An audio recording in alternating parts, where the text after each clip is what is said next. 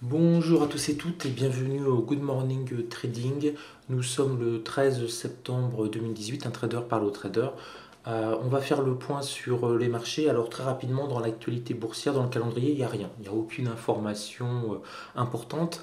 Je tenais rapidement, je ferai une vidéo bilan plus tard, mais sûrement ce week-end, pour vous remercier pour tous vos messages que j'ai reçus suite à ma grosse claque du 11 septembre.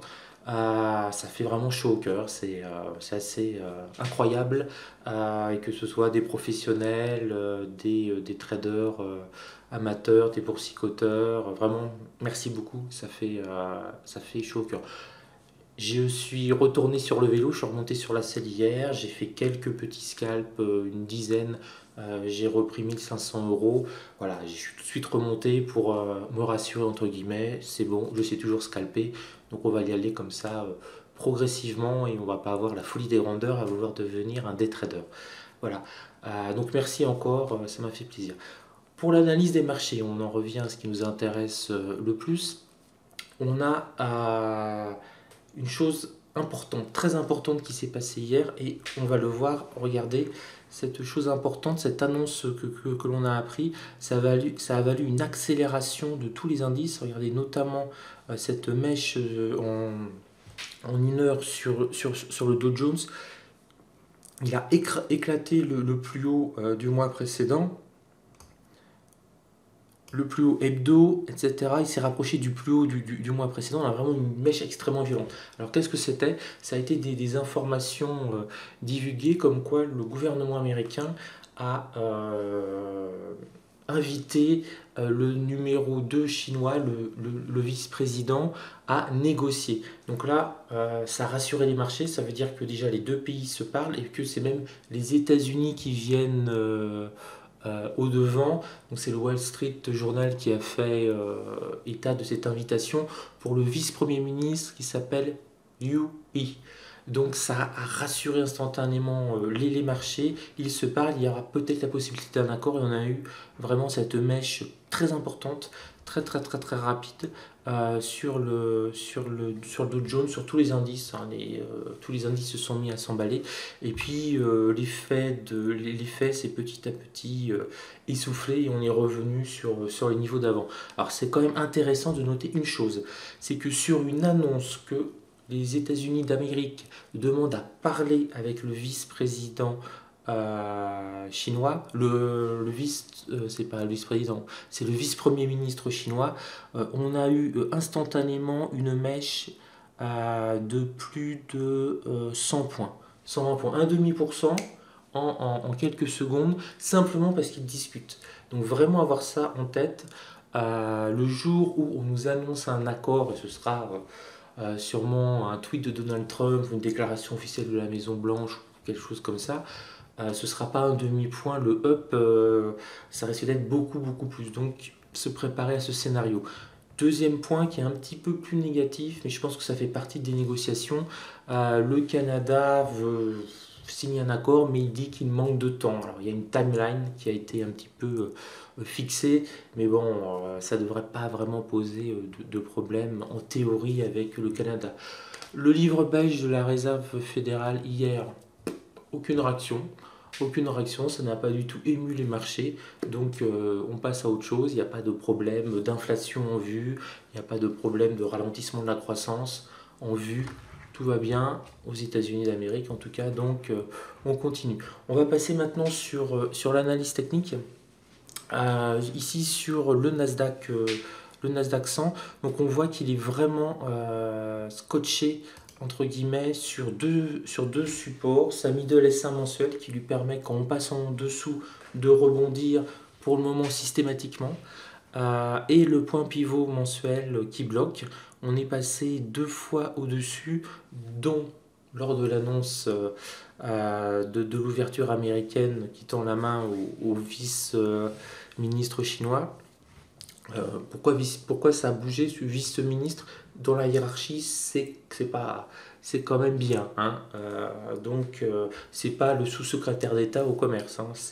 Voilà, c'était aussi une info que je voulais vous dire. Plus on monte dans la hiérarchie et plus les négociations sont importantes, intéressantes. Quand c'est un sous-secrétaire d'État ou quelque chose comme ça, grosso modo, ils se rencontrent, ils se disent chacun ce qu'ils veulent. Ils n'ont pas de pouvoir de décision ou d'impliquer le gouvernement. Ils rentrent chacun, ils disent voilà, ils nous ont dit ça, voilà, ils nous ont dit ça. Ce qui sert en fait strictement à rien parce que ça négocie en permanence, hein. Mais bon, ça c'est autre chose. Donc voilà, on est vraiment sur cette zone intéressante sur le Nasdaq. Alors, on a du mal pour l'instant à remonter vers les plus hauts du mois précédent. On a un range comme ça qui commence à être assez, assez évident, qui se construit comme ça petit à petit. On a eu Apple qui a un petit peu déçu, hein. Bon, Apple, première capitalisation mondiale avec Amazon sur les talons, a un petit peu baissé et donc ça a un impact fort sur tout ce qui tourne, sur tout le secteur des technologiques. Pourquoi? Parce qu'il y a eu la fameuse keynote, ils ont donné les infos sur leurs derniers produits qui sortent là. Et il faut reconnaître que les prochains iPhones qui vont sortir ne sont pas extraordinairement emballants. J'en avais déjà parlé, c'est ce qu'on appelle, on arrive sur une forme de limite technologique maintenant. Si ça vous intéresse que je vous parle d'économie dans des vidéos à part, mettez-le moi en commentaire. Ça peut être intéressant. On est en fait en haut de ce domaine technologique qui sont les iPhones, enfin les téléphones, les smartphones. Donc on peut juste s'attendre à quelques améliorations. L'appareil photo va être un petit peu mieux, l'écran va être un petit peu mieux, l'autonomie va être un petit peu meilleure, mais rien de fondamentalement révolutionnaire. Et donc on est dans une phase en fait un peu compliquée pour sortir des nouveaux produits qui vont donner envie aux consommateurs d'y aller. Personnellement, pour ma part, j'ai un iPhone 7 Plus et du coup, bon, je sais même pas si je vais acheter le nouvel iPhone alors que je suis vraiment Apple geek. Par contre, la montre est intéressante. La montre prend votre pouls, si vous avez si vous tombez, si vous avez une défaillance cardiaque, envoyer un signal d'appel aux urgences et tout ça. Ça, par contre, elle peut vous sauver la vie, donc à réfléchir. Donc voilà un petit peu le Nasdaq est toujours vraiment toujours sur des plus hauts, bien entendu, sur des records historiques même, pas loin. Mais bon, il n'y a pas de nouvelle volonté pour le moment de réaccélérer. Sur le Dow Jones, ça se passe plutôt bien. Euh, il est, pardon, il est aussi sur les contacts des 26 000 points.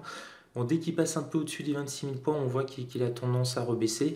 Et puis ici, on a eu un point bas sur futur à 25 765,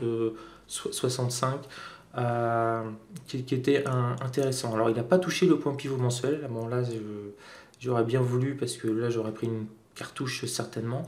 Mais bon, il était 50 points plus bas, c'était pas grand chose, c'était 0,15, 0,20 sur le Dow Jones, 0,20. Voilà, lui aussi il est dans un range, donc on sent vraiment que tout le monde attend. On passe aux indices européens. Alors les indices européens, après avoir fortement baissé, tentent de rebondir et on a toujours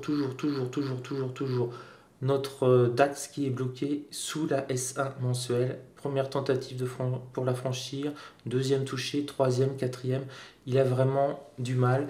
A priori, ce matin, il va peut-être essayer de rester au contact des 12 000 vers l'ouverture, mais c'est quand même assez compliqué. On le voit bien, il a vraiment du mal à revenir, ne serait-ce que sur le plus bas du mois précédent. Il en est bien loin pour le moment. On va regarder le futur CAC 40. C'est parti. Alors, je vous mets les deux côte à côte. Là, vous voyez, vous avez le DAX sur les mêmes unités de temps. Et vous avez le CAC 40. Je vais vous mettre en 100 unités, ce sera exactement la même chose. Et là, on voit quand même l'énorme différence de dynamisme. Alors que le DAX est scotché sur sa S1 mensuelle, ce qui correspondait ici pour le CAC 40, hein, c'était les mêmes zones un petit peu de problème. Lui, il est vraiment passé au-dessus, il a une très belle dynamique, s'est mis à accélérer. Il nous a rebondi légèrement en dessous des 5250. Je vous signalais, hein, ce niveau était toujours extrêmement important. Il a réussi à casser le plus bas du mois précédent et là, il est parti et il est bien parti. Il est au-dessus des 5300 points.